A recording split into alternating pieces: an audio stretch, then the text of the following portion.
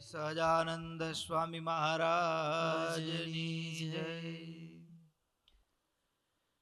ઈષ્ટદેવ પરમ આરાધ્ય અનંત કોટી બ્રહ્માંડાધિપતિ સર્વનિયંતા સર્વંતર્યામી ભગવાન સ્વામિનારાયણ એમના દિવ્ય ચરણ કમળ સાનિધ્યમાં ચારેકોર વીટળીને બેઠેલા અનંત અનંત અક્ષર મુક્તો એમની જ પાવન સન્નિધિમાં અત્રે ઉપસ્થિત પૂજ્ય સ્વામીજી વિષ્ણુ સેવક સ્વામી તેમજ કથાભિલાષ એવા બાળ યુવાન વૃદ્ધ સમસ્ત ભક્તો સર્વેને ભગવાન સ્વામિનારાયણની ભાવ સ્મૃતિ સહિત સાદર જય સ્વામિનારાયણ. વાલા ભક્તો, શ્રીમદ સત્સંગી જીવન કથા ગંગા નિત્ય સાયંકાલીન ચાલે છે. કથા પ્રવાહની અંદર ભગવાન સ્વામિનારાયણ સરદાર પધાર્યા છે. સરદારની અંદર મહારાજ પધાર્યા. સરદારના બે રાજકુમારો તુંગજીત અને વૈરજીત મહારાજનું ખૂબ ભાવથી સ્વાગત કર્યું. મહારાજ સરદારમાં ત્યાં રોકાઈને રહ્યા છે. તુંગજીત અને વૈરજીત બંને રાજકુમારોએ મહારાજને પ્રાર્થના કરી, મહારાજ આપ અહીં ચાતુર્માસ પર્યંત નિવાસ કરીને રહો. ભક્તૈ સંપ્રાર્થિતસ્તત્ર ચાતુર્માસ્યમ વાસસઃ મહાંતમ ઉત્સવમ ચક્રે જન્માષ્ટમ્યામ ચ પૂર્વવત. અહીંયા ચાતુર્માસ પર્યંત રોકાઈ અને પહેલા જે માંગરોળ અને માણાવદરની અંદર જન્માષ્ટમીનો ઉત્સવ કર્યો હતો એવો મોટો જન્માષ્ટમીનો ઉત્સવ કરવાની અમારી ઈચ્છા છે. આમ બંને રાજકુમારો અને ભક્તોએ પ્રાર્થના કરી. મારા સરદારમાં રોકાયા. એમાં જન્માષ્ટમી આવી. બહુ ધામધૂમથી ઉત્સવ થયો છે. દેશ દેશાંતરમાં કંકોત્રીઓ લખાઈ હતી એટલે દેશ દેશાંતરના હરિભક્તો બધા જ સરદાર આવેલા. અને આવી રીતે જન્માષ્ટમીનો ઉત્સવ થયો.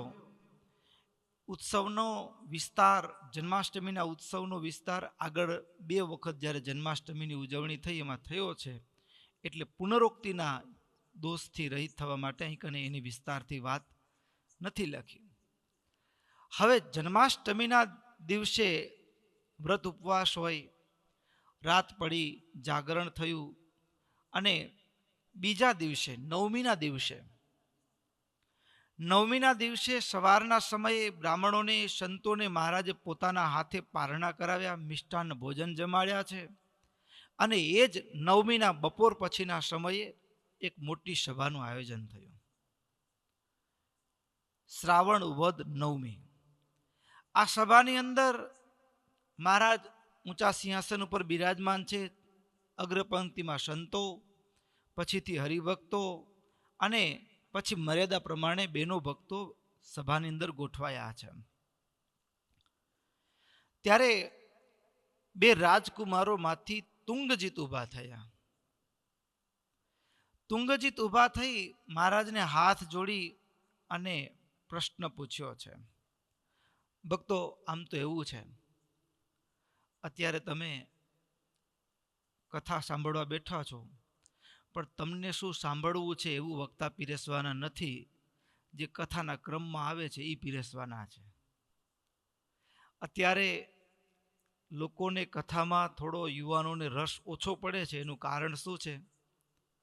તો કે કથાનો પ્રવાહ એક તરફી થઈ ગયો. અને આપણી શાસ્ત્રની પરંપરા છે કથા એ દ્વિતરફી. એટલે શ્રોતા જે ઈચ્છે છે શ્રવણ કરવા માટે, એટલે શ્રોતા પ્રશ્ન પૂછે અને વક્તા એનો ઉત્તર કરે. જુઓ સત્સંગી જીવન. ભાગવત સામે દ્રષ્ટિ કરીએ તો સુખદેવજી મહારાજ ભાગવતની કથા સંભળાવે, પણ વચ્ચે પરીક્ષિત પ્રશ્ન કરે, એનો ઉત્તર થાય, વળી પછી કથાનો પ્રવાહ આગળ ચાલે. સંવાદના રૂપમાં હોય, એક તરફી નથી. સત્સંગી જીવન શાસ્ત્ર પણ સંવાદના રૂપમાં છે. સુરત મુનિને પ્રતાપસિંહ રાજા પ્રશ્ન પૂછે, પ્રતાપસિંહ રાજાના પ્રશ્નનો ઉત્તર સુરત મુનિ કરે અને ક્રમ ઉત્તર થયા પછી વળી કથાનો દોર આગળ ચાલે. એટલે અત્યારે કેવું તો કે અત્યારે તમને પ્રશ્ન પૂછવાનો અધિકાર આપવામાં આવતો નથી. અને એનું પરિણામ ક્યાં આવે છે ખબર છે? હા, આ તો કેવા હાલ છે ખબર છે? વક્તા હોય એ બે ચાર વાર્તા કંઠસ્થ કરી આવ્યા હોય, તમને ગમે ન ગમે, તમે ઝોલા ખાવ તો ભલે, હા તમે જે મોબાઈલમાં ગેમ રમો તો ભલે, એ તો દે દનાદન, બરાબર ને? એકતરફી પ્રવાહ થઈ ગયો. પેટ દુખતું હોય પણ મેડિકલ સ્ટોરમાં જઈએ અને એની પાસે એની દવા ન હોય, પેરાસિટામોલ હોય, તો ભાઈ તને ગમે તે જોઈશે નહીં મળે, આ જ મળશે તો ચાલે. એટલે કથામાં રુચિ ન થવા પાછળનું કારણ છે શ્રોતાને જે જોઈએ છે એ આપવામાં આવતું નથી. દીપકભાઈ હકીકત છે ને? હા, શ્રોતાને જે જોઈએ છે નથી આપવામાં આવતું. વક્તા તૈયારી કરીને આવે છે. હા, એક ભાવ કલ્પી શકાય કે વક્તા પણ કેવો હોય તો કે શ્રોતાને પ્રશ્ન થાય એના પહેલા એ જ પ્રકારની રજૂઆત કરે, પણ એ તો ભાગ્ય જેવું બને. પણ અહીં કને એટલા માટે ગીતાની અંદર ભગવાન શ્રી કૃષ્ણ અર્જુનને કહે છે, તદવિધિ પણિપ્રાતેન પરિપ્રશ્નેન સેવયા. જ્યારે સદગુરુની પાસે જઈએ ત્યારે પ્રશ્ન દ્વારા સેવન કરવું. હૃદયનો પ્રશ્ન, હૃદયની મૂંઝવણ લઈને જવાનું, પ્રશ્ન પૂછવાનો અને એક સંવાદ શરૂ થાય. તમે આવીને ચૂપચાપ બેસી જાઓ, સ્વામી કંઈક વાત કરો, એટલે પછી તો સ્વામીએ કંઈક દિવસમાં કંઈ વાંચ્યું હોય એટલે એ વાત ચાલુ કરી દે. પણ તમને જે જોઈએ છે, તમને મનમાં મૂંઝવણ હોય કે બીજો કોઈ પ્રશ્ન હોય, એ કયો કે સ્વામી મને સમજણ નથી પડતી, તો તમે જે ઈચ્છો છો ને એ જ વાતનું એ સમાધાન થાય. અહીં કને સભા થઈ એટલે સભાની વચ્ચે તુંગજીત ઉભા થયા. મહારાજને પ્રશ્ન પૂછ્યો છે. તુંગજીતના મનમાં જે પ્રશ્ન છે એ પણ દાદ માગી લેવો છે. શું કામ? તો કે ગીતામાં એવું કીધું, ત્રિવિધમ નરકસ્ય દ્વારમ નાશનમાત્મનઃ કામ ક્રોધસ્તથા લોભસ તસ્માદ એતત્રયમ ત્યજેત. કામ, ક્રોધ અને લોભ આ ત્રણ નરકના દ્વાર છે. આવું ગીતામાં ભગવાન શ્રી કૃષ્ણે કીધું છે. કામ, ક્રોધ અને લોભ આ ત્રણ દોષ. હવે તુંગજીતે જે પ્રશ્ન પૂછ્યો છે, પ્રશ્ન ભગવાન દૃશ્યંતે સર્વેષામપી દેહિનામ કામ ક્રોધસ્તથા લોભ ઇતિ વૈ વૈરિણસ્ત્રયઃ બલિષ્ઠસ્તેષુ કસ્વામિન યો અવશ્યમ હિ મુમુક્ષુભિઃ સર્વૈઃ ઉપાહિ જેતવ્યઃ તન્ન કથય તત્વતઃ. હે પ્રભુ, એ કામ, ક્રોધ અને લોભ આ ત્રણ દોષો છે એ માણસના શત્રુ છે, નરક સુધી ગતિ કરાવનારા છે. પણ પ્રભુ આ ત્રણમાંથી કોઈ બળવાન છે કે ત્રણે સરખા છે? કામ, ક્રોધ અને લોભ આ ત્રણે દોષ, એમાંથી બળવાન કયો? અને એને કેમ જીતવું એનો ઉપાય કહો. એટલે આ તો કેવી વાત છે ખબર છે? પાછું કેવું કીધું? સર્વૈઃ ઉપાયઃ જેતવ્ય તન્ન કથય તત્વતઃ. એટલે જેમ છે તેમ યથાર્થ. આગળ પણ આવશે એની વાત, પણ મહારાજે જે અહીંયા વાત કરી છે મીમાંસા. મીમાંસા એટલે શું? તો કે કોઈ પણ લેબોરેટરીમાં જઈએ એટલે દાખલા તરીકે અત્યારે મગફળીની સિઝન છે, મગફળીનો દાણો તમે લઈ જાઓ લેબોરેટરીમાં, એમાં આટલા ટકા તેલ છે, એમાં આટલું કેલ્શિયમ છે, આટલું ફોસ્ફરસ છે, એકદમ ઝીણી ઝીણી તપાસ કરે ને, એમ આ ત્રણ દોષોમાંથી જે બળવાન દોષ છે ને એનો અથથી ઇતિ સુધીનો નાનામાં નાનો એની વિગતિ કયો અને એનામાંથી બચવું કેમ એની વાત કરો. મહારાજ એ 9મીની સભા છે, મહારાજે વાત કહેવાની શરૂઆત કરી. ત્રયોપી શતવો યેતે નૃણામ પ્રાણ હરામતા મન્યે બલાદિકમ તેષુ લોભમ એવ દુરાસદમ. ત્રણે, યદ્યપિ ત્રણે દોષો શત્રુ છે, ત્રણે દોષો એ નરક સુધી લઈ જનારા છે, પણ છતાંય આ ત્રણ દોષમાંથી બળવાનની વાત પૂછતા હો તો ત્રણમાંથી સૌથી બળવાન છે લોભ. આ ત્રણમાંથી બળવાન લોભ છે. અને આમ તો એવું છે, લોભ ધનનો હોય, સમૃદ્ધિનો હોય, માલ મિલકતનો હોય. હવે આમાં થોડું સમજીએ ને તો જેને માલ મિલકતમાં પ્રેમ હોય ને એ વ્યક્તિનો કોઈ દી ભરોસો ન કરાય. શું કામ ભરોસો ન કરાય? તો કે જે વ્યક્તિ માનવીય સંબંધોનું મૂલ્ય નથી કરતો, સંબંધની કિંમત કરતા એની કિંમત કોની વધારે છે? પૈસાની કિંમત છે. એટલે જો કામ પૂરું થઈ ગયું તો તમારી સાથે સંબંધ તોડતા એને વાર લાગશે નહીં. જેનું મન પૈસામાં અને સમૃદ્ધિમાં છે, જેનું મન પૈસામાં અને સમૃદ્ધિમાં છે એ વ્યક્તિ ક્યારે પણ પ્રેમી ન હોઈ શકે સાચો. ક્યારે પણ સાચો પ્રેમી ન હોઈ શકે જેનું મન પૈસામાં છે. ગમે એટલો સારો મોબાઈલ હોય પણ એ મોબાઈલ તૂટ્યો, પડી ગયો, સ્ક્રીન તૂટી ગઈ, પછી આપણે એ મોબાઈલમાં હેત રહે? ન રહે.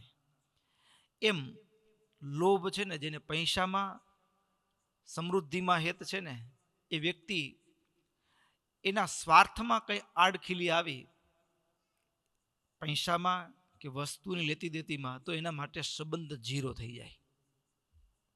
એ વ્યક્તિ ક્યારે પ્રેમી ન હોઈ શકે. સમજ્યા ને? એ ક્યારે પ્રેમી ન હોઈ શકે. અને એટલા માટે કથામાં ઘણી વખત કીધું છે. થોડા દિવસ પહેલા જ એક વાત કરી હતી. એક ભાઈ એના ઘરવાળા એક્સિડન્ટ થઈ ગયું, તેમ મંદિરમાં દર્શન કરવા આવતા હોય તે સાવ મોઢું પડી ગયેલું. એટલે સાધુએ પૂછ્યું, કેમ ભાઈ શું થયું મોઢું પડી ગયું? તો કે એક્સિડન્ટ થઈ ગયું ઘરવાળાનું, આમ હાવ ઢીલા થઈ ગયેલા. એટલે પછી સાધુએ કીધું, સારું, ભગવાન સારું કરશે, હિંમત રાખજો. 2 આશ્વાસનના વચન કીધા. હવે તો પ્લાસ્ટર છૂટી ગયું, ઘરવાળા ઘરમાં હરતા ફરતા થઈ ગયા, ઘરનું કામ કરી લેવા થઈ ગયા, બધું થઈ ગયું. પણ 2 મહિના થઈ ગયા પછી એ પાછા મંદિરે આવ્યા તો આમ તો મોઢું તો ઢીલું જ. એટલે ફરી સાધુ પૂછ્યું, કેમ? તો કે હરે છે, ફરે છે, ઘરનું કામ કરે છે, પણ 80,000 ખર્ચો થઈ ગયો. કેટલો? 80,000. પણ સારું તો થઈ ગયું. તો કે 80,000માં નવું આવી ગયું હતું. 80,000માં નવું બૈરું આવી ગયું હતું. એને વ્યક્તિની કિંમત નથી, એને સિંહ પૈસો દેખાય છે. જેનું મન ધનમાં હોય, જેનું મન સમૃદ્ધિમાં હોય, એ ક્યારે વ્યક્તિ પ્રેમી ન હોઈ શકે. એ ક્યારે પ્રેમ ન કરી શકે. અને એટલા માટે કહેવાનું મન થાય, ભક્તો ગ્રસ્ત જીવનની અંદર કોઈ સગપણ સાદાની અંદર પૈસો જોઈને કે આ પૈસાવાળું ઘર છે એમ જોઈને આવે ને તો એને આપણામાં પ્રેમ નથી, એને પૈસામાં પ્રેમ છે. હા, એ સંબંધ ઘરમાં આવ્યા પછી પણ કંકાસ રહેવાના છે. શું કામ? એ પૈસાને પ્રેમ કરે છે, વ્યક્તિને જોઈને આવતા નથી. એ ગ્રસ્ત જીવનનો આનંદ ના આવે. અને મહારાજ એટલા માટે કહે છે કે જે વ્યક્તિ ધન, વસ્ત્ર આદિ પદાર્થમાં જેની અતિશય લોલુપ વૃત્તિ વર્તતી હોય તો મહારાજ કે એ લોલુપતાના કારણે એની બુદ્ધિ નાશ થઈ જાય. હવે બુદ્ધિ નાશ થાય ને એટલે એની ક્રિયા કેવી હોય? ક્રિયા કેવી હોય? હા, ધનની લોલુપતા એટલી બધી હોય. એક માના 2 દીકરા હોય, એક સાથે ઉછર્યા હોય, આટલા જમીનના ટુકડા માટે હા સંબંધ એક બાજુ રહી જાય, બધું એક બાજુ રહી જાય. લોભ અને એના માટે માણસ કોઈનું માથું કાપવા તૈયાર થઈ જાય. કોઈનું માથું કાપવા માટે તૈયાર થઈ જાય. અને ઇતિહાસ સાખ પૂરે છે. આખું મહાભારતનું યુદ્ધ થયું ને, 11 અક્ષોણી સેના કૌરવોના પક્ષમાં હતી અને 7 અક્ષોણી સેના પાંડવોના પક્ષમાંથી ટોટલ 18 અક્ષોણી સેના હતી. આંકડાઓની ગણતરી કરીએ તો 48 લાખની આસપાસ જેવી ગણતરી થાય. બરાબર? 48 લાખનું લશ્કર અરસપરસ લડાઈમાં કપાઈ મર્યું કેવળ દુર્યોધનની લોભ વૃત્તિમાં. 5 ગામડા નહીં આપું, થાય તે કરી લે. હકનું હતું પાંડવોનું? નહીં આપું, થાય તે કરી લે. દુર્યોધનનો એક લોભ કેટલામાં પડ્યો? 48 લાખ જિંદગી સ્વાહા થઈ ગઈ. 48 લાખ.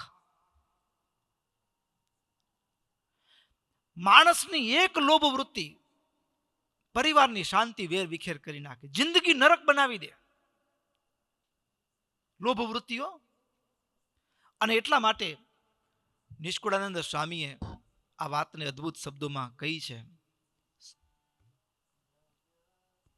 દ્રવ્ય કરાવે પાપય ધર્મ રે, દ્રવ્ય કરાવે વૈર વિકર્મ રે, દ્રવ્ય કરાવે કપટ છળ રે, દ્રવ્ય કરાવે કપટ છળ રે, દ્રવ્ય કરાવે કોટી કકડ રે, દ્રવ્ય કરાવે કોટી કકડ રે, દ્રવ્ય કરાવે દગા દૃષ્ટાઈ રે, દ્રવ્ય કરાવે કામ કરસાઈ રે, દ્રવ્ય કરાવે ઉચ્ચ ને નીચ રે, દ્રવ્ય કરાવે પાષંડ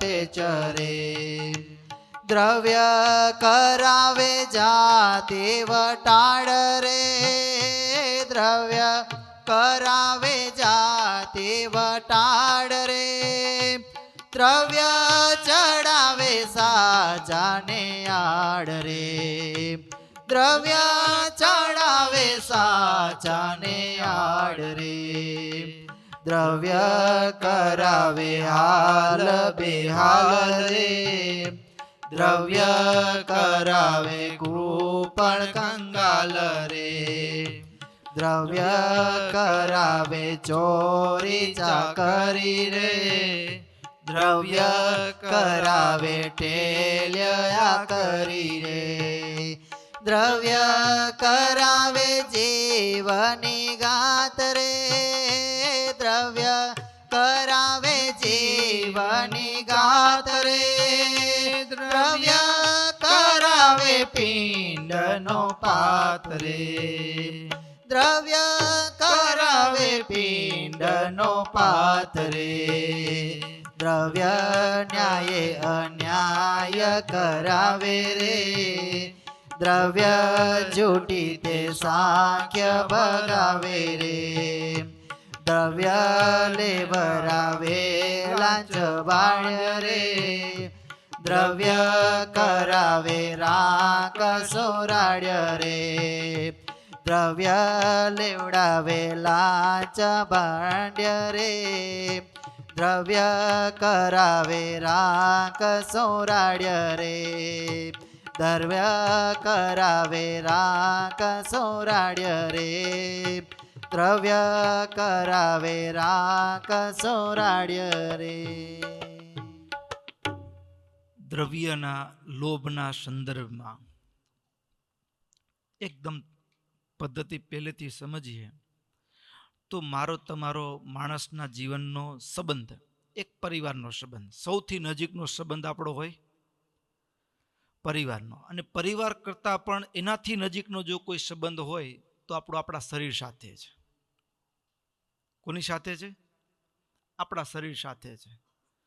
હવે જેને લોભ હોય ને, લોભ, હા, એ માણસ વિશે વિહારીલાલજી મહારાજે તો એવું કીધું, લોભી પૂરું પેટ ભરી ન ખાય, લોભી થકી પુણ્ય નહીં કરાય, માંદો પડ્યાથી કદી જીવ જાય, પૈસો નહીં ઓષડ અપાય.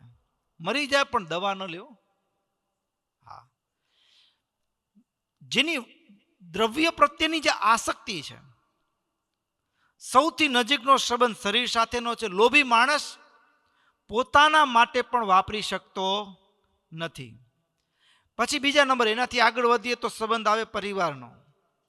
તો પરિવાર માટે વાપરી પણ શકતો નથી, અને પૈસા માટે, દ્રવ્ય માટે એ ગમે તે સંબંધ હોય એને ઠોકર મારતા એને વાર લાગતી નથી. એનાથી આગળ વધીએ તો સમાજની વ્યવસ્થા, આપણા વ્યવહારના સંબંધો હોય, એનામાં પણ ગમે એવા જીગરજાન મિત્ર હોય, પણ એક સામાન્ય જ્યારે ધનની વાત આવે ને તો અહીંયાથી વેર થઈ જાય. અને એનાથી આગળ ભક્તો સાધુ સાથેનો કદાચ સંબંધ હોય, સાધુ સાથેનો સંબંધ હોય તો એનું પણ માથું કાપવા તૈયાર થઈ જાય. એટલે એક દરેક સંબંધની ભૂમિકામાં લોભવાળો માણસ છે એ કોઈ જગ્યાએ સંબંધમાં, કારણ કે એના માટે સંબંધ કરતાં પૈસામાં સંબંધનું મૂલ્ય આંકે છે. એટલું જ નહીં, ગ્રહસ્થ હોય અને એને પૈસામાં આસક્તિ હોય તો એનું પતન થાય એમ નહીં. સાધુ હોય ને, હા, સાધુ હોય તો સાધુનું પણ પતન થાય. ગ્રસ્થને માલ મિલકતમાં આસક્તિ હોય એવું નથી. સાધુ હોય એને પણ આસક્તિ હોય. કપડાં બદલવાથી માયા છૂટી જતી નથી. કપડાં બદલવાથી માયા નથી છૂટતી. હવે સંપ્રદાયના પ્રસિદ્ધ ઇતિહાસો છે, ઘણા બધા ઇતિહાસો છે. આ લોભ દ્રવ્યમાં હેત રહી જવું ઘણું બધું ધક્કો ખવડાવ્યો. આ ધક્કો ખવડાવે. ઈડરની અંદર એક બ્રહ્મચારી રહેતા, સંપ્રદાયનો ઇતિહાસ છે. અને એને ધોતિયામાંથી બચત થતા થતા 200 રૂપિયા બચેલા. એ જમાનો 200 રૂપિયા, એક ગામથી બીજે ગામ જવું એટલે પછી રસ્તામાં જોખમે હોય. એટલે થયું કે આ ભેગું રાખીને ફરવું એના કરતાં, પણ એમ કરતાં સમય નીકળી ગયો ને દેહની આવરદા પૂરી થઈ ગઈ. દેહની આવરદા પૂરી થઈ ગઈ અને મહારાજ તેડવા આવ્યા, પણ મનમાં રહી ગયું આપણા 200 રહી ગયા છે. શું રહી ગયું? 200 રહી ગયા છે.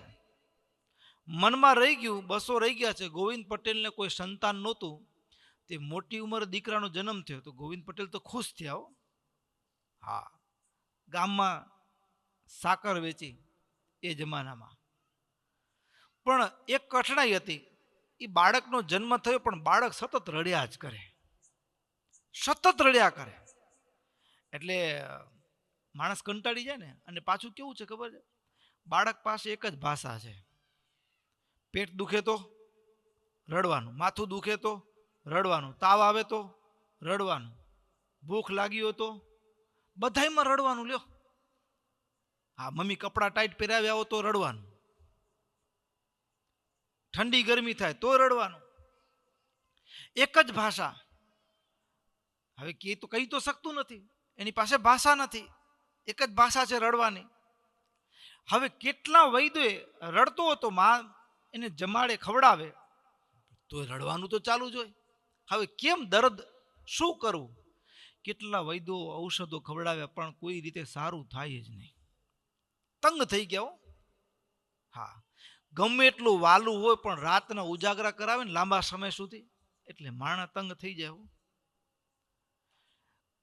અરે ભગવાને દીકરો તો દીધો પણ ખબર નહીં, રડ્યા જ કરે છે. અને એમ કરતા ગામમાં સંતો આવ્યા. સંતો આવ્યા એટલે આમ કથાનો પ્રસંગ, ચાલતી કથાનો પ્રસંગ, ને એમાં સાધુ વાત આવી. એ સંસ્કારે સંબંધી સર્વે મળ્યા રે, એ છે જૂઠી માયા કેરી ઝાડ રે.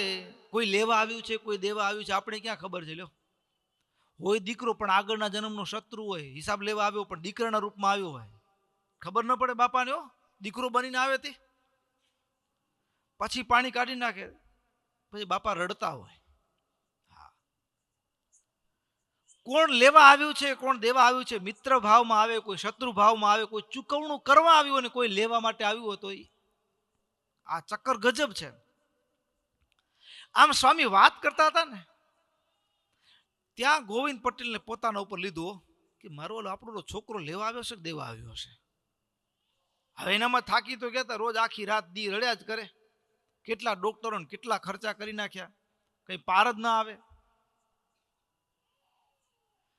અને એની વચ્ચે કથાના વિચારમાં ને વિચારમાં ઘરે આવ્યા.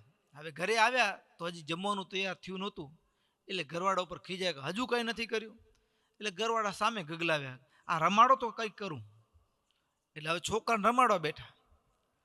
હવે છોકરાને રમાડવા તે ઊંચું કરે નીચું કરે, આમથી આમ ઝુલાવે, આમ કરે આમ કરે, પણ છોકરું છાનું રહેતો ને, છોકરો છાનો જ ન રહે.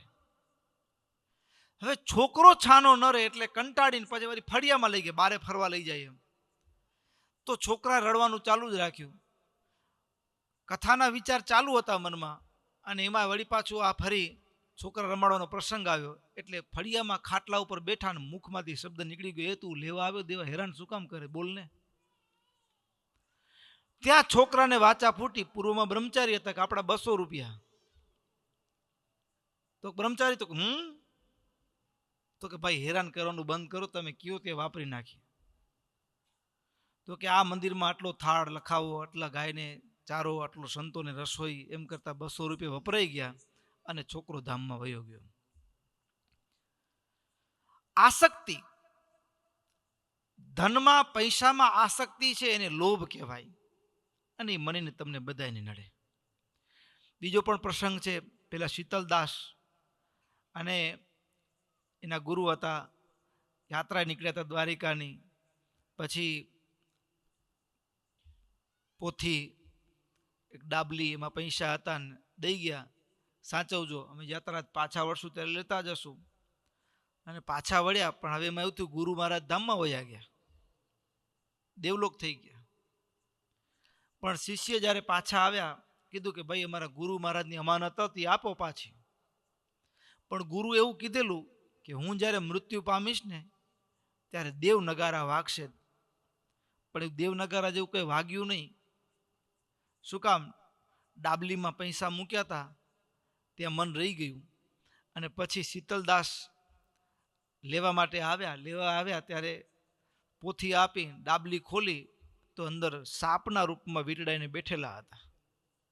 હા, દેહ છૂટ્યો તઈ નગારા વાગ્યા, ગુરુ ત્યારે છૂટા થયા. લોભ ગ્રસ્થને નડે એમ નથી, લોભ માણસ માત્રને નડે. એને કપડા સાથે કોઈ સંબંધ નથી, જાતિ સાથે કોઈ સંબંધ નથી, નાના કે મોટા સાથે કોઈ સંબંધ નથી. હવે આ જે લોભ છે, મહારાજે બહુ સરસ વાત કરી. ઇતિહાસના લોભ નિષ્ઠા સંતિ દોષા મહાંતો નિરય પ્રદા અધિષ્ઠાનમ હિ પાપસ્ય લોભશ્ચાગ પ્રવર્તક લોભાત કામ પ્રભવતી ક્રોધો લોભાત જાયતે મોહશ્ચેષર્યા મત્સરશ્ચ સર્વમ લોભાત પ્રવર્તતે. મહારાજ કહે આ લોભમાંથી જ મહારાજ કે બધા દોષો સ્ટાર્ટ થાય, લોભમાંથી બધા દોષોની શરૂઆત થાય. અને એમાં પણ ભક્તો કને મહારાજે પૈસો આવે ને, પૈસો ભક્તો એમાં સમજવા જેવું છે. પૈસો આવે એની 3 પ્રકારની ગતિ હોય. જેમ કે હું કે તમે રોટલા શાક દાળ ભાત જમીએ તો એની ગતિ શું? તો કે જેનું શરીર પચાવી શકતું એનામાંથી સાર વસ્તુ લઈ લે અને કચરો નીકળી જાય બારે. સાર વસ્તુ લઈ લે ને, પણ કોઈકને પેટમાં ગડબડ હોય તો સાર ન લઈ શકે ને બધું નીકળી જાય બારે. ગતિ હોય ને એમ પૈસાની 3 ગતિ છે. પૈસાની 3 ગતિ છે. પૈસાની પહેલી ગતિ છે એને ભોગ કહેવાય. પૈસો આવ્યો એટલે મોજ શોખ માટે વાપરવાનો, ખાવું પીવું ફરવું મોજ મસ્તી ભોગ. અને જેની પૈસાની ગતિ ભોગમાં હોય, જેની સમૃદ્ધિ ભોગમાં વપરાતી હોય, એની સમૃદ્ધિનું બીજું પગથિયું હોય રોગમાં. ભોગે રોગ ભયમ. ભોગ ભોગવતા શું થાય તો કે રોગો આવી જાય. ભોગ એ રોગની આમંત્રણ પત્રિકા છે. યુવાની ઉંમર હોય, ચટપટું ખાવાની મજા આવે અને પછી એસિડિટી થઈ જાય, પછી બાફેલા મગ ખાવાનું કે લ્યો ડોક્ટર, હા, સૂકા ખાખરા ખાવાનું કે, બજારમાં બહુ ભેલપૂડી ખાધી હોય. પણ દરેક ભોગ પાછળ રોગ છુપાયેલો છે. આજની મસ્તી એ કાલનું દુઃખ બને, આજનો આનંદ એ કાલનું દુઃખ બની જાય. એટલે જેના સમૃદ્ધિ, જેનો પૈસો ભોગમાં વપરાય છે એનું બીજું પગથિયું છે રોગ. એટલે પેલી ગતિ થઈ ભોગ. સમૃદ્ધિની બીજી ગતિ છે એ છે યોગ, એટલે કે ધર્મ સત્કર્મમાં વપરાય. સદમાર્ગે વપરાય, ગરીબોને, ગાયોને, દેવસ્થાનોની અંદર એ વપરાય. જે સમૃદ્ધિ યોગમાં વપરાય છે એ સમૃદ્ધિ શાશ્વત બને છે. હું સાધુ છું એટલે તમે વાપરજો એમ નહીં, પણ ઈશ્વરની સૃષ્ટિનો અદલ ન્યાય છે. ઈશ્વરની સૃષ્ટિનો અદલ ન્યાય છે જે યોગમાં વપરાય. યોગમાં વપરાવું, સત્કર્મમાં વાપરવાનું જે છે, દુનિયાની સૌથી શ્રેષ્ઠ, દુનિયાની સૌથી ભરોસેમંદ બેંક હોય ને તો એ ઠાકોરજી છે. સત્કર્મમાં કરીએ, દુનિયાની બેંકો ઉઠી જાય, પણ અહીંયા તો વ્યાજ સોતું મળે. હા, સત્કર્મમાં વાપરેલું ક્યારે નિરર્થક જતું નથી. એના હજારો પ્રસંગ મોજૂદ છે. એટલે ધન સમૃદ્ધિની પેલી ગતિ ભોગ, ભોગમાં વપરાયનું બીજું પગથિયું રોગ. ધન સંપત્તિની બીજી ગતિ યોગ, એનું યોગમાં જે સંપત્તિ વપરાય એનું બીજું પગથિયું પરમાત્માની પ્રાપ્તિ. અને હવે ધન સંપત્તિની ત્રીજો વ્યય ક્યાં? એનો આઉટસોર્સ, તો કે લોભ. પોતા માટે ન વાપરી શકે, પરમાર્થ માટે પણ ન વાપરી શકે. પોતાના માટે વાપરે મોજ શોખમાં એને લોભ કહેવાય, પરમાર્થ માટે વાપરે એને યોગ કહેવાય. પોતા માટે ન વાપરી શકે, પરમાર્થ માટે ન વાપરી શકે ને એમને એમ સાચવી રાખે એને લોભ કહેવાય. અને એ લોભ છે એની ગતિ શું? પૈસાની સાથે ભક્તો 15 આઈટમ ગિફ્ટમાં આવે. અત્યારે દિવાળી હતી ને તો સ્કીમ હોય, દુકાનોવાળા કાઢ્યો, કપડાની એક જોડી ભેગી બીજી જોડી free, buy one get one free. હા, સ્કીમ હોય. પણ પૈસાની સાથે બાય વન ગેટ 15 ફ્રી, 15 દોષ ભેગા આવે. પૈસો આવે ને, જો જાળવતા ન આવડે તો 15 દોષ પૈસાની સાથે ભેગા મળે. ગુરુભાઈ, 15 દોષ કયા ખબર છે? આપણા ખિસ્સામાં પૈસા ન હોય તો રસ્તામાંથી છોકરો નીકળે તો ફિલ્મ જોવાનું મન થાય? ન થાય, પૈસા જ નથી ને. બજારમાં ખાવાનું મન થાય? ન થાય. પછી એમ આ ગાડીમાં જઈ, આ બાઇક લઈએ, મન થાય? ન થાય. પણ એ જ જગ્યાએ ખિસ્સામાં પૈસા હોય તો બધું થાય. પૈસાની સાથે 15 દોષ ભેગા રહ્યા છે. ચૌર્યમ, હિંસા, અનૃતમ, દંભ, કામ, લોભ, કામ, ક્રોધ, સ્મયોમદ, ભેદો, વૈરમ, અવિશ્વાસ, સંસ્પર્ધા, વ્યસનમ ત્રય, એતે પંચદશાનર્થા વર્તન્તે અર્થેષુ ભૂપતે. ભક્તો, પૈસો કમાઈએ પણ પૈસાની સાથે આપણે કેવળ પૈસો રાખવાનો. આ ગિફ્ટમાં 15 દોષ ભેગા ન લેવાના. પૈસાની સાથે 3 પ્રકારના વ્યસન આવે. પૈસો આવે ને એની સાથે 3 પ્રકારના વ્યસન કીધા. એ 3 વ્યસનમાં એક સ્ત્રી એટલે કે વ્યભિચાર, બીજું જુગાર અને ત્રીજું મદિરા, દારૂ. આ 3 છે ને એ પૈસાની સાઈડ ઇફેક્ટ છે. આ સાઈડ ઇફેક્ટની સાથે બીજા પણ 12 છે: ચોરી, હિંસા, અસત્ય, દંભ, કામ, ક્રોધ, ગર્વ, મદ, ભેદભાવ, વૈર, અવિશ્વાસ, સ્પર્ધા. આ ટોટલ કુલ મળીને 15 દોષો એ પૈસો આવે એની સાથે આવે. પૈસો આવે ને એની સાથે એ ફ્રીમાં આવે. એટલે હવે પૈસાની સાથે જે, આમ તમે ધ્યાનથી જોજો, આ એક એક વસ્તુ મહારાજ જે બોલે છે કેટલું સટીક છે. આ વાત કેટલી જબરદસ્ત છે. આમ તમે થોડા ઊંડા ઉતરશો તો દેખાશે. આમ માનવ જીવનમાં હકીકત છે. અત્યારે તમે આપણા પોતાના જીવન ઉપર જુઓ, સમૃદ્ધિ નહોતી. આપણે ઘણી વખત માણસ શું કે ખબર, પેલા બાપા બહુ દુઃખી હતા. શું કે પેલા માણસો બહુ દુઃખી હતા, હવે તો સુખ થઈ પડ્યું બધું. ના, એ વાત ખોટી છે. આપણે સુખી છીએ, પેલા આપણા પૂર્વજો દુઃખી હતા, એ વાત ખોટી છે. ખોટી એટલા માટે છે કે આપણે સુખી નથી. આપણે સુખનો માપદંડ સગવડથી કાઢીએ છીએ. શેનાથી કાઢીએ છીએ? સગવડથી. સગવડના આધારે. પેલા ગાડી નહોતી, પેલા પગપાળા જવું પડતું, એટલે સગવડો વધી એટલે આપણે સુખી છીએ, માનીએ છીએ. પણ સગવડ એ સુખનો પર્યાય નથી. સગવડ વધે એટલે માણસ સુખી છે એમ નથી. જેમ સગવડો વધી એમ આપણે ઉલટાના દુઃખી છીએ. સગવડો વધી એમ ઉલટાના દુઃખી છીએ. તમને એમ થશે એવું કેમ? તો કે પેલા પગપાળા ચાલતા હતા ને, ગાડા નહોતા ને, તો 80 વર્ષે ગુડા નહોતા દુખતા. આપણે ગાડીઓમાં ફરી છીએ તો 40 વર્ષે ગુડા દુખે છે. હા, તો સગવડો વધી તો પીડા લેટ આવી જોઈએ ને. 120 વર્ષે આપણા ગુડા દુખવા જોઈએ કે નહીં? સગવડે સુખ નથી. સગવડે સુખ નથી.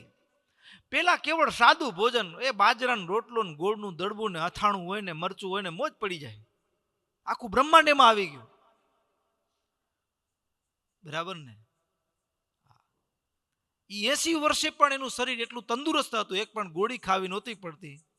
અને આપણે 25 વર્ષે પણ ગોળીના ફાકડા બોલાવતા હોય. સગવડોથી આપણે સુખ માનીએ છીએ, પણ સગવડોથી સુખ નથી.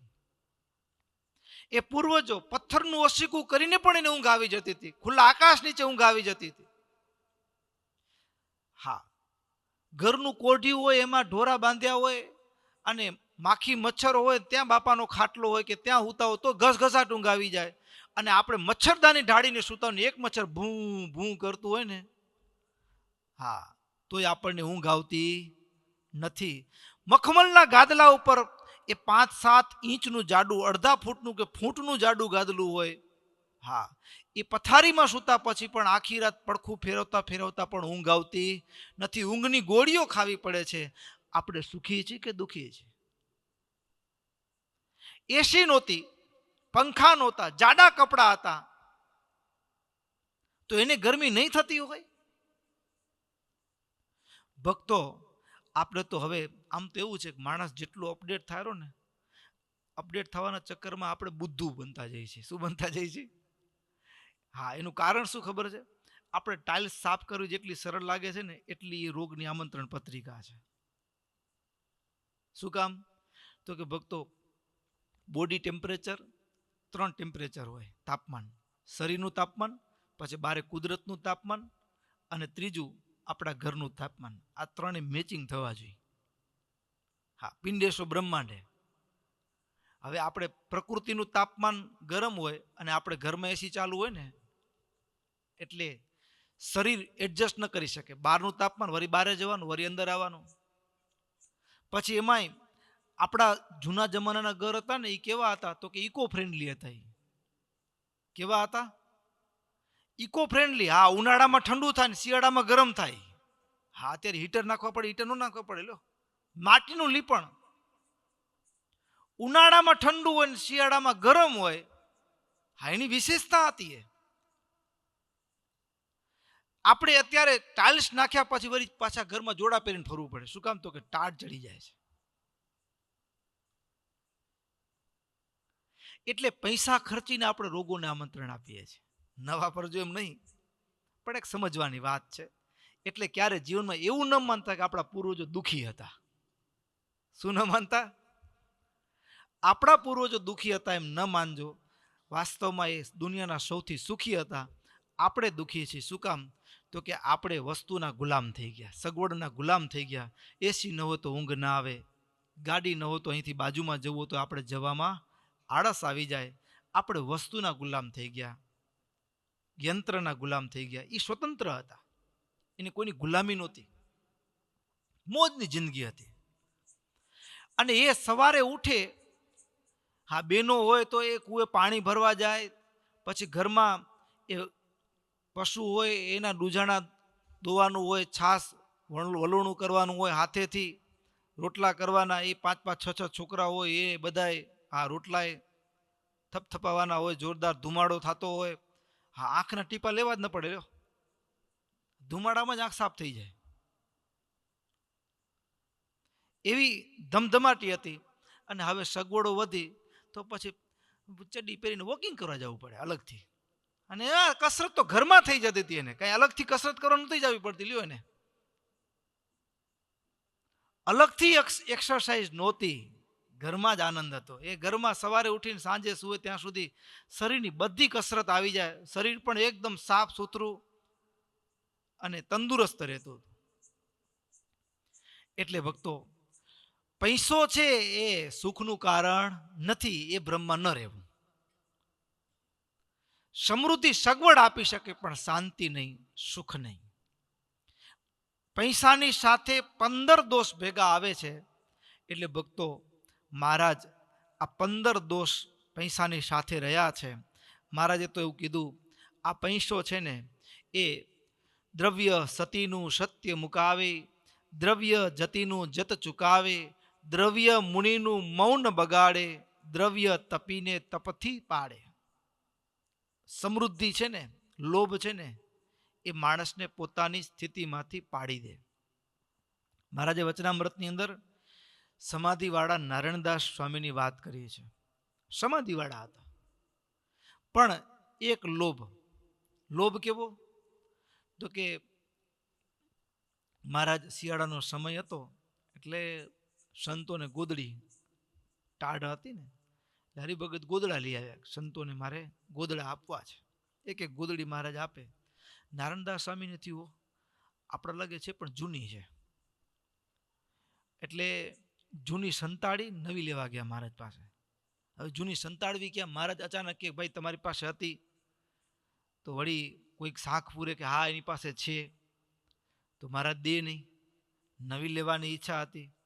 એટલે કચરાનો ઢગલો હતો ને નીચે સંતાડી ગોદડીઓ, જૂની ગોદડી સંતાડી દીધી અને નવી ગોદડી મહારાજ પાસે લેવા ગયા. અને એની વચ્ચે કચરો હતો તે કોઈ હરિભગતે હળગાવ્યો. હા, એ હળગાવ્યો તો પછી ત્યાં ધીમે ધીમે હળગતું ધીમે ધીમે હળગતું હોય ને, આ બાજુ મહારાજ પાસે પહોંચ્યા. મહારાજ કે નાનદાસ તમારી પાસે તો ગોદડી છે ને? નહીં મળે ગોદડી, જાઓ. હવે ત્યાં આવ્યા તો ઓલી જૂની ગોદડી કાઢી તો એમાં કાણા પડી ગયા હતા હળગીને, અડધી ફડધી બળી ગઈ હતી. મહારાજને ચાડા ચૂથણા કીધા. લોભ. અમારા એક સાધુ, એને ધોરાજીની ધાબળી લીધી.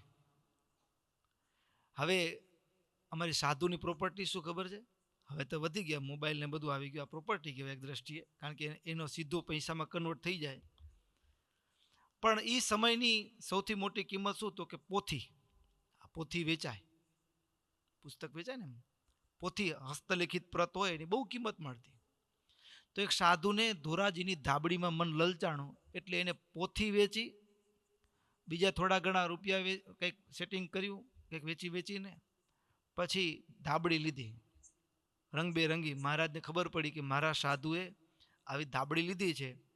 એટલે મહારાજે એ ધોરાજીની ધાબળી હતી, ધોરાજીથી લીધેલી, એ મહારાજે એને લઈ અને હળગાવી દીધી.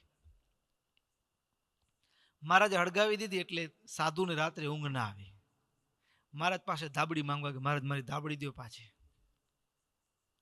લોભ. પાછી લેવા માટે ગયા ત્યારે નિષ્કુળાનંદ સ્વામી એ સાધુને પોતાની ભૂલ ઓળખાય એના માટે કીર્તન ગાયું. પાછી આપો તમારો પાડ રે મારી ધોરાજીની ધાબળી, પાછી આપો તમારો પાડ રે મારી ધોરાજીની ધાબળી. એ 10 રૂપિયા દેતા ન મળે, 10 રૂપિયા દેતા એ જમાના પણ મળે નહીં.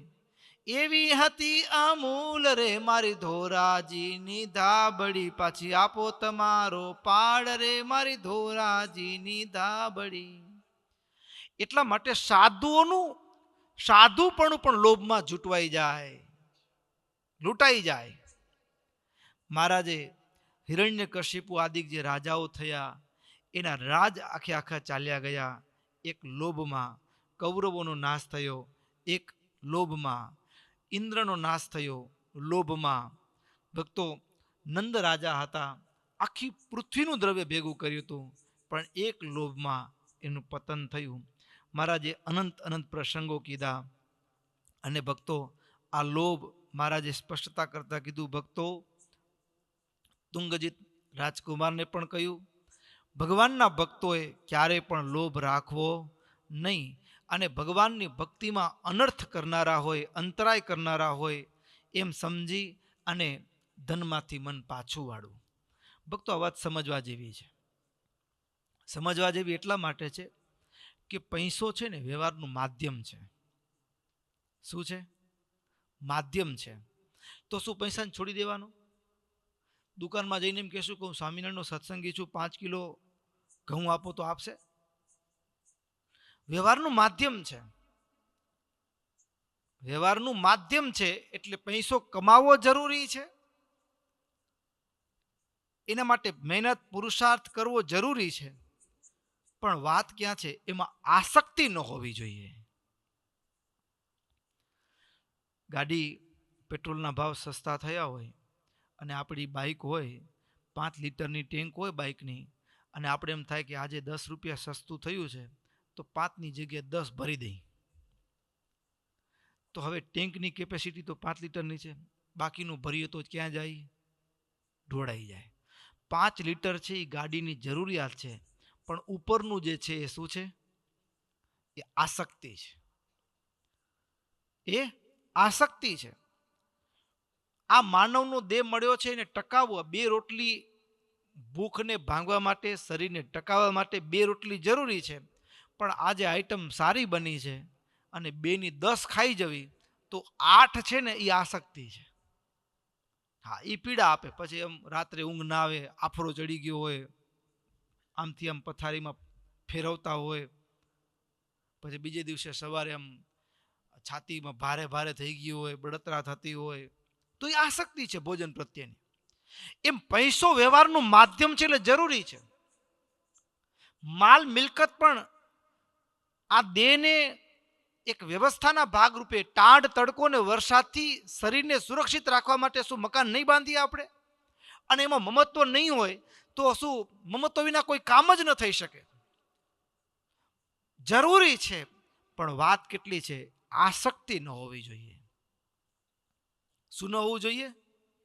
આસક્તિ. આસક્તિ એટલે જરૂરિયાત કરતાં વધારે પડતો લગાવ. જરૂરિયાત કરતાં વધારે પડતો લગાવ કે જે હકીકતમાં જરૂરી નથી, એના કરતાં પણ વધારે લગાવ એ મનને તમને દુઃખ આપે છે. એ લોભ છોડવાની વાત છે. પૈસા નથી છોડવાના. પૈસા તો વ્યવહારનું માધ્યમ છે. માલ મિલકત કે ઘર ખાલી કરીને નીકળી નથી જવાનું.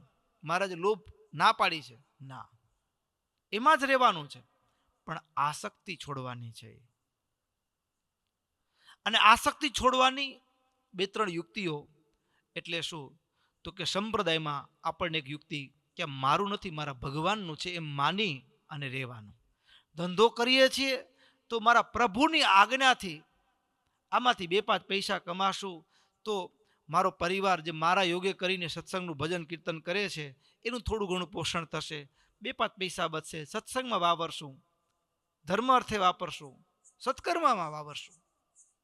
તો એ આસક્તિ છે એ ભક્તિમાં કન્વર્ટ થઈ જાય, એ લોભ ભજન બની જાય. એ બંગલો યદ્યપી છે સમૃદ્ધિ, પણ આપણા માટે બંધન કરતા રહેતો નથી. એટલા માટે ભક્તો પૈસા નથી છોડવાના, પણ પૈસા પ્રત્યેની વધારે પડતો લગાવ. હા, લગાવ ન હોય તો કામે ન થાય.